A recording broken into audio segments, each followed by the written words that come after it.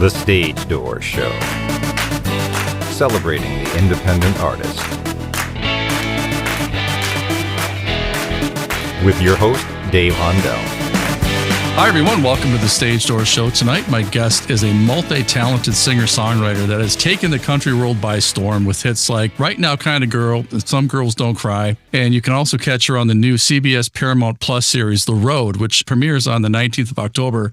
She also just released a new single that I love called Why You Gotta Be So Cowboy. We welcome back for the second time to the show wonderful artist Billie Jo Jones. Thank you for joining us tonight. Hey, thank you so much for taking the time to chat with me again. I had so much fun last time. I knew we had to make it happen again. Absolutely. Yeah, we did too. I want to get into this new single, though, Why You Gotta Be So Cowboy, because it had a nice kind of edge to it. I loved it. I thought it was really nice. I got to say, top-notch stuff. So talk about the making of that single. And I mean, obviously, this is going to get a ton of views and ton of listens. So talk about Why You Gotta Be So Cowboy. How was that song born? Yeah. So actually, we released this song last year on my first ever country album we put out called Some Girls Don't Cry. And then we decided to do a remix for it. So we did a dance remix for the song. And Lynn Snow and Aaron Weatherholt actually wrote this song. And when they showed me, last year, I was like, oh my gosh, we got to put this on my album. And sure enough, we put it on the album, and then people loved it so much. I had some people reach out. It's actually a dance team here in Texas where I live, and they create line dances. And so they wanted to create a line dance, to my song. And so we're like, okay, well, how about we, make a dance remix for it? And so we made the dance remix. My producer is Kent Wells, which is Dolly Parton's producer there in Nashville. So he's literally top-notch, best of the best, when it comes to that. So we definitely took the song to, a whole new level with, banjo and bass. And it's, just another sassy song of mine that, people tend to love. So one of the things that I'm always impressed with is when people have a song that they put out, like you said, it was a year ago, even longer than that. Sometimes, artists will do like a remix of some kind, either a dance remix, a different genre, even like a rock remix or something like that. So talk about, being an artist and, a song could live longer if you do different versions of it. I mean, so do you do that with a lot of your songs, or is this something that you just did kind of a one-off, or, is that something you like to do? This is actually the first time I've, ever done something like that. It was mainly, just because people, wanted to have a line dance. They wanted to create a line dance with it. And so we were like, oh yeah, that'd be kind of cool, And we, of course, the song is way too long to put to radio, but we did release it like digitally. And then it wound up going to, all the dance halls and dance clubs or whatever all over the world. So it's pretty cool. It's going really, really good right now. Yeah, it's a great song. And the other one that I really like that I've been listening to is Whose Tequila Are You Drinking? And I saw the lyric video on YouTube, and I want all my listeners to go check it out. But it's got 26,000 views, and I really liked how it was done. You were in a dance club or a dance hall, I guess, and there was a great band. Obviously, your band is amazing, but also there was some people dancing to your song, and it was a great lyric video. So talk about the making of that, because I really loved how it, and we talked about this before we started recording, but I think there's a lot to be said with lyric videos. It doesn't have to be just concept videos, but lyric videos I think are very popular because, it puts the lyrics out. And I think sometimes seeing the lyrics makes a song that much more powerful. So, talk about the making of that, because I thought that was really well done as well. Yeah, so we wanted to do a lyric video, and it just so happened that I did my album release party last year. And so we had a guy come out and video like the entire show, start to finish. So we had all these clips of all these different songs. And so we took, the song Whose Tequila Are You Drinking? And, put the words on it and everything. And it just, I don't know, it kind of brought it to life, because it was, playing that song live sometimes, I'm like, okay, I'm playing the song, whatever. And then when I go and watch the video that we made and with the lyrics, because you see the lyrics like popping up on the screen, like I think it just made the song even more interesting, I guess, if that makes sense. Hopefully that's not too bad to say about your own song, but I feel like it brought more to it, to see the lyrics, and people are kind of like reading along and really interested. And I mean, I didn't realize there was that many views on it either whenever you just said that. So that's pretty cool. I have to go back on there and look because I haven't even been on there since we released it. Yeah, no, it was great song, and 26,000 views and counting. I'm sure it's going to be a lot more. But the other thing that I wanted to bring up is you are the only artist that I've had out of 274 episodes that actually people are requesting to be back on the show. So that's why I reached out. I reached out to your PR team to have you back because you are being requested by a lot of people on my fan base. So that's a lot to be said with for your music and a lot of comments like she's a star, and I love to hear Aww. that. So I just wanted to tell you that. So I think that was awesome. But speaking of that is awesome.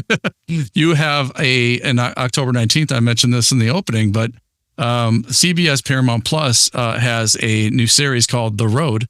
And I mean, Taylor Sheridan, Blake Shelton, and Keith Urban, and others. It premieres on the 19th, like I said. But I know you shot that. You can't talk a lot about. But what can you say about that series? Because I'm really excited for that series, and I love shows like this. And I know a lot of your fans will definitely get into that, and hopefully our listeners will as well. But tell us a little bit about The Road and what we can expect on the 19th, starting that series. Yeah, I am so excited for this TV show. It has been a really hard secret to keep. All of it is done. It's all filmed. We filmed back in like February through April. We were filming this TV show, and it is crazy. I mean, obviously we have to keep a secret because we can't tell, all the surprises, everything going on. But I'm not a good secret keeper. So it's been really hard. But yeah, I'm one of the 12 finalists on the show. Taylor Sheridan and Blake Shelton are the producers of the show. We got to go tour and open for Keith Urban. And Gretchen Wilson was our tour manager for the TV show, which was awesome. Wow. I mean, what cooler tour manager, tour manager really is what we called her. Yeah. So it was incredible. I've been on a couple other reality singing TV shows, but I'm telling you, this one, there's just something about it. And of course, anything Taylor Sheridan touches, it turns to gold. Yeah, that's true. Literally every single time. And so I expect really big things for this show. I mean, I'm so thankful and grateful for the opportunity to, be able to share my songs and share my voice with the world. And it's definitely a reality TV show. So I can't wait for people to buckle up and hang on because it's going to be a wild ride. I can't wait to see that. The country music scene has really grown over the last several years. And, I remember back in the 80s and 90s when I was kind of just getting out of high school and that during that time frame, country music had its niche, I guess, audience where, maybe some of the award shows had, one or two awards when it came to, country music.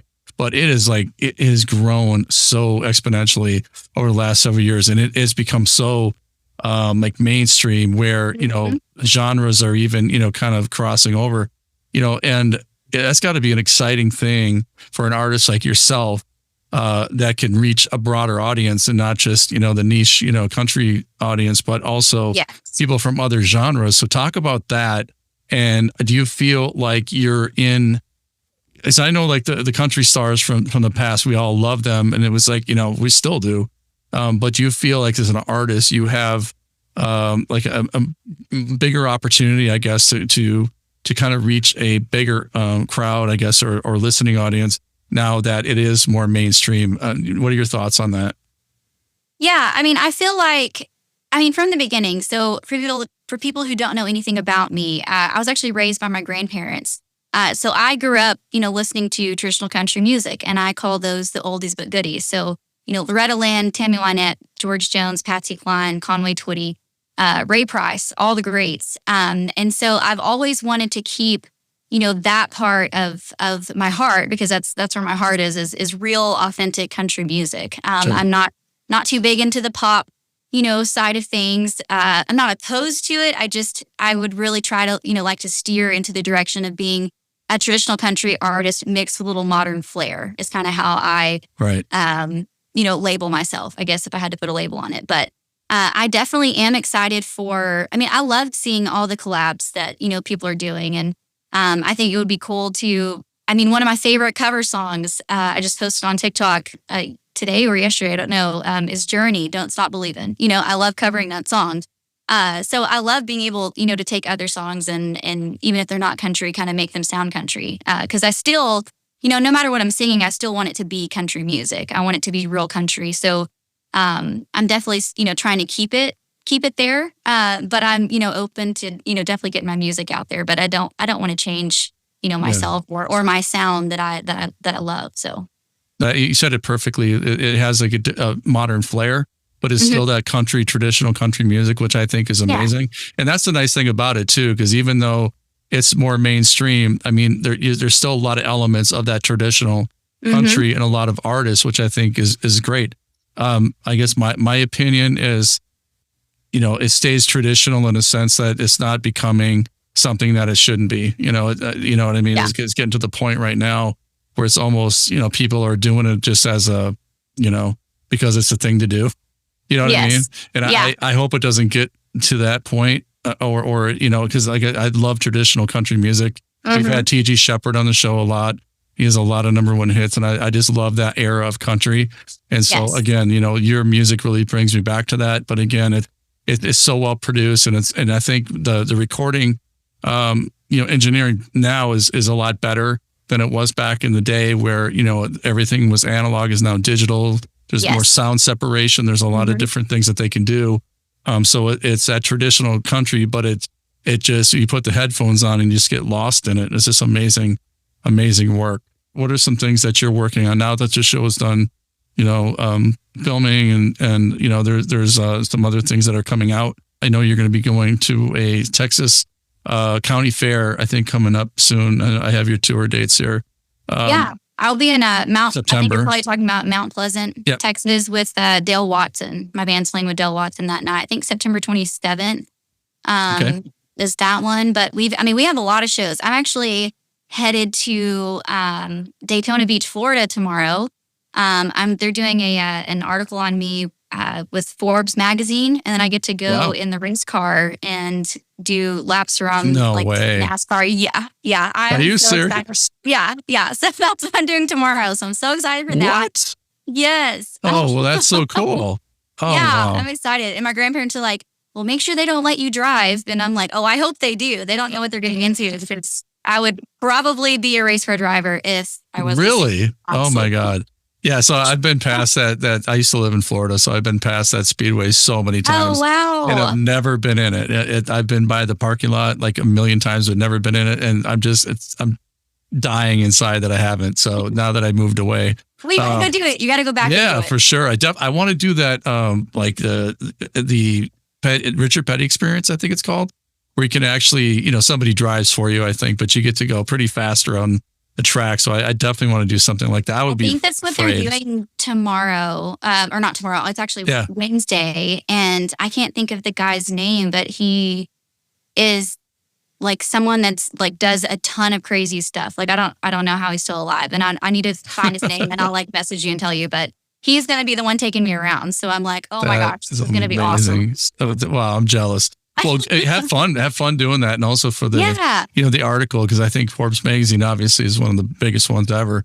So it's amazing for you to do that. Yeah, and the other thing that I wanted to get into, because this is something I've always wanted to ask an artist, but now that you've been on several stages and you've shared the stage with a bunch of famous people, so what is it like to walk now that you're growing as an artist, you're in front of thousands and thousands of fans?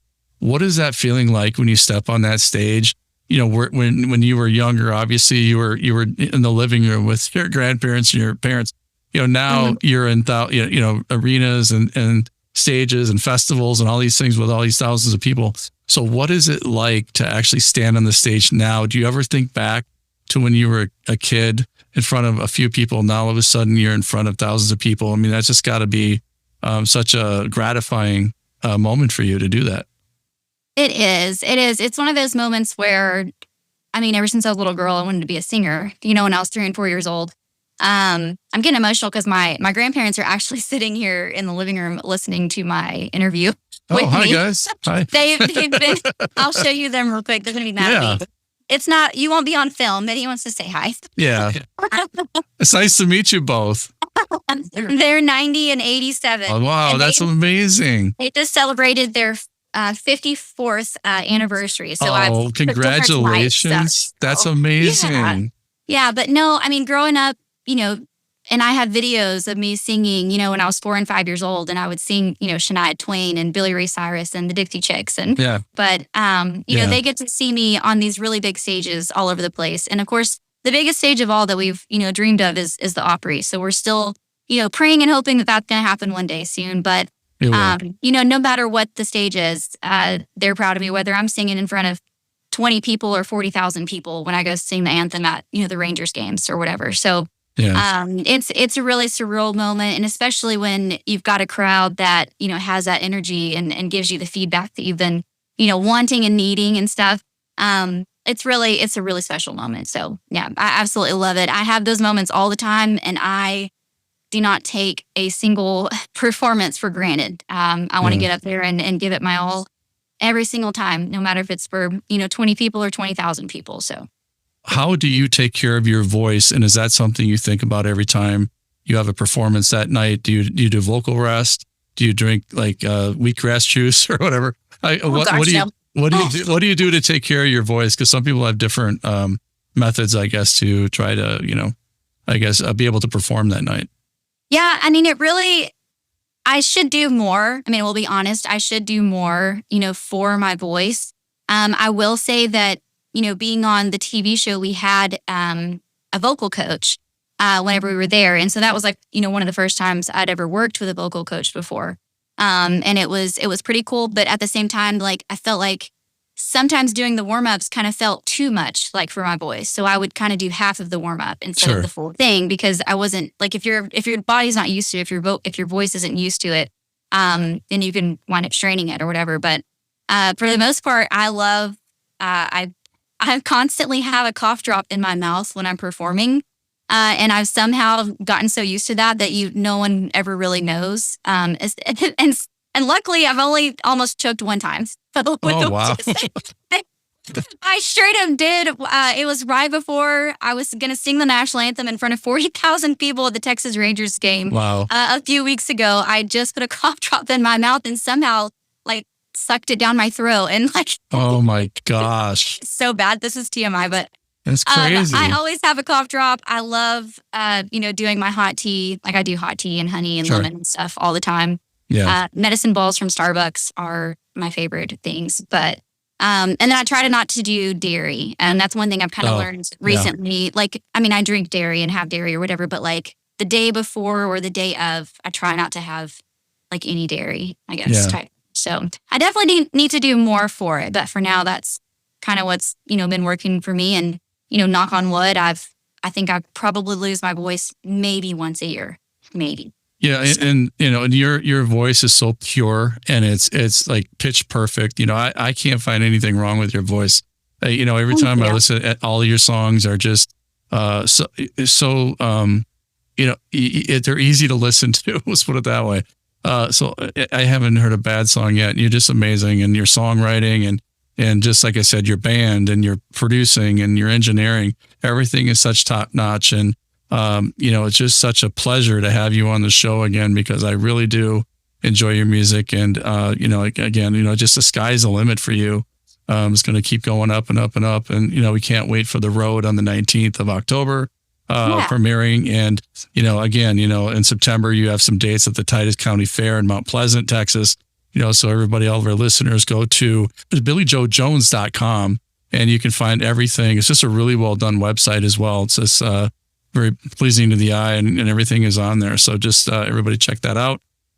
Before we go, and I know I've asked you this before, but I'm going to go ahead and have you remind us, when it's all said and done, what do you want your legacy to be, Billie Jo? What do you want to leave behind to your fans and to your family and to your friends? I mean, I think it's always been that I just kind of want to go out and do my very best and be the person that my grandparents raised me to be, and to show, other artists and other young artists out there to never give up, because I have been doing this thing and playing with my band for over 12 years now. And things are kind of finally, falling into place, but it's taken a lot of hard work, and it's still a lot of hard work. There's a lot of ups and downs in this business, but if you love what you do, and God gave me this voice to, share with the world, He didn't give it to me to just sit at home with it. So that would be the legacy that I want to leave. Yeah, and that's a great one, and you're just a great I can tell you have a great personality, and just being there with your grandparents. I'm a family person myself, and just God bless you and your family, and just best of luck to everything. In the future, and like I said, can't wait to see what the future holds. You're always welcome back on the show, Billie Jo, and again, my best to you, and everything you have going on. Thank you. And real fast, I almost forgot. I actually have a brand new album coming out October 17th. It's called Turquoise and Silver, and I have either written or co-written 10 of the 12 songs on the album. So I'm super proud of this album. And I think it's going to be my best work yet. So yeah, Turquoise and Silver. Turquoise and Silver. Yep. And they can find that on your website. Yep. Right? It'll be on there. Perfect. Okay, great. And everybody go to YouTube and check out her great videos. And again, October 19th, check out The Road with Billie Jo, and can't wait to see it. So again, my best to you, and I can't wait to see you back again. Thank you. Thank you so much for having me.